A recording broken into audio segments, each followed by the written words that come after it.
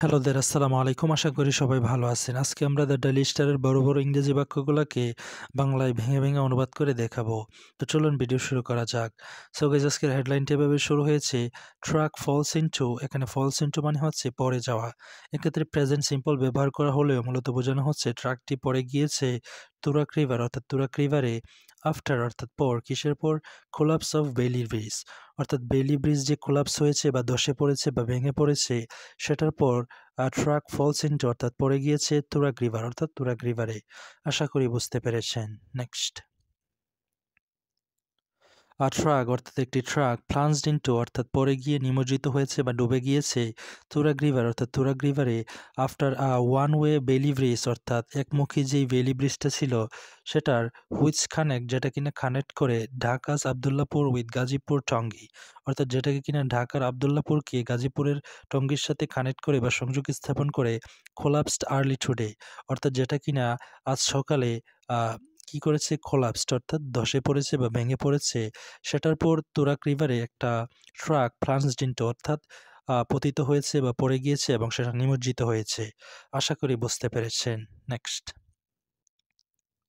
I witnesses অর্থাৎ প্রত্যক্ষদর্শীর and local sources এবং local সূত্র থেকে জানা যায় কনফার্ম ডেট অর্থাৎ সেটা কনফার্ম করে বা নিশ্চিত করে দ্য ব্রিজ সাডেনলি অর্থাৎ এই ব্রিজটা হঠাৎ করেই গেভ ওয়ে। এখানে গেভ ওয়ে মানে হচ্ছে কোলাপসড অর্থাৎ ধসে পড়ে। অ্যারাউন্ড 3 AM অর্থাৎ ভোর 3টার দিকে সেটা ধসে পড়ে। হোয়াইল অন্যদিকে truck belonging to the Abdul Khair group অর্থাৎ অন্য একটি ট্রাক যেটা কিনা আব্দুল খায়ের গ্রুপের মালিকানাধীন ওয়াজ ক্রসিং ইট অর্থাৎ সেটা পার হচ্ছিল অর্থাৎ ব্রিজটা পার হচ্ছিল। Next, the vehicle fail into water অর্থাৎ এই ভেহিকলটি বা যানবাহনটি যেটি পার হচ্ছিল ফেল ইনটু ওয়াটার অর্থাৎ ওয়াটারে বা নদীর পানিতে পড়ে যায়। But no injuries were reported কিন্তু কোনো হতাহতের ঘটনা রিপোর্ট বা প্রতিবেদন করা হয়নি বা জানা যায়নি। Faridul Islam officer in charge of Tongi অর্থাৎ ফরিদুল ইসলাম নামে একজন টঙ্গীর অফিসার ইনচার্জ বা ওসি ইস্ট পুলিশ স্টেশন অর্থাৎ এই স্টেশনের টোল দ্য ডেইলি স্টার অর্থাৎ ডেইলি স্টারকে তিনি সেটা বলেছে বা জানিয়েছে। Next,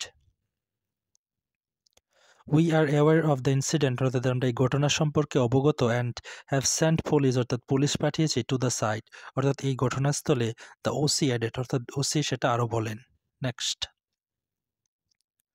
Gazipur roads and highways department engineers অর্থাৎ গাজীপুর রোড এবং হাইওয়ে ডিপার্টমেন্টের যে ইঞ্জিনিয়ার রয়েছে খন্দকার শরীফুল আলম অর্থাৎ তিনি হচ্ছে খন্দকার শরীফুল আলম সেইড অর্থাৎ তিনি বলেছে দিস ভেলি ব্রিজ অর্থাৎ এই ব্রিজটা ওয়াজ ইনিশিয়ালি কনস্ট্রাক্টেড অর্থাৎ এটা প্রাথমিকভাবে নির্মাণ করা হয়েছিল ইন 2022 অর্থাৎ 2022 সালে।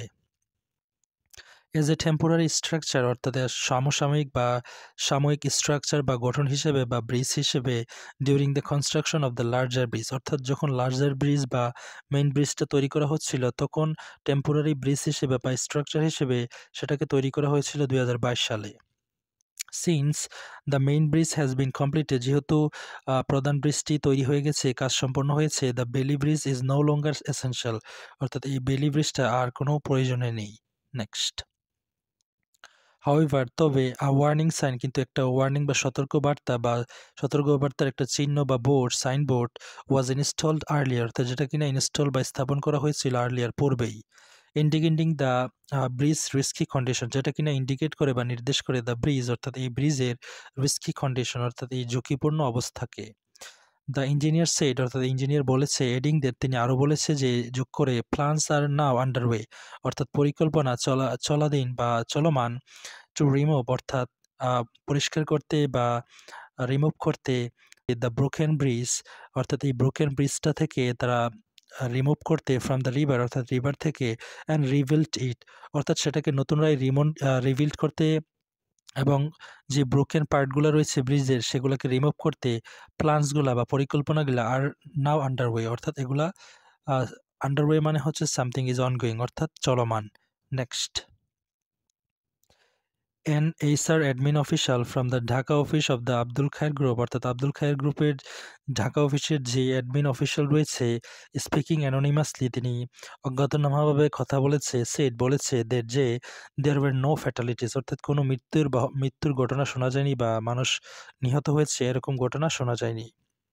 The driver and the helper, অর্থাৎ ওই যানবাহনের ড্রাইভার এবং হেল্পার যারা ছিল, এসকেপড দ্য ইনসিডেন্ট, অর্থাৎ এই ঘটনা থেকে পরিত্রাণ পেয়েছে, হি সেড, অর্থাৎ সে বলেছে। নেক্সট,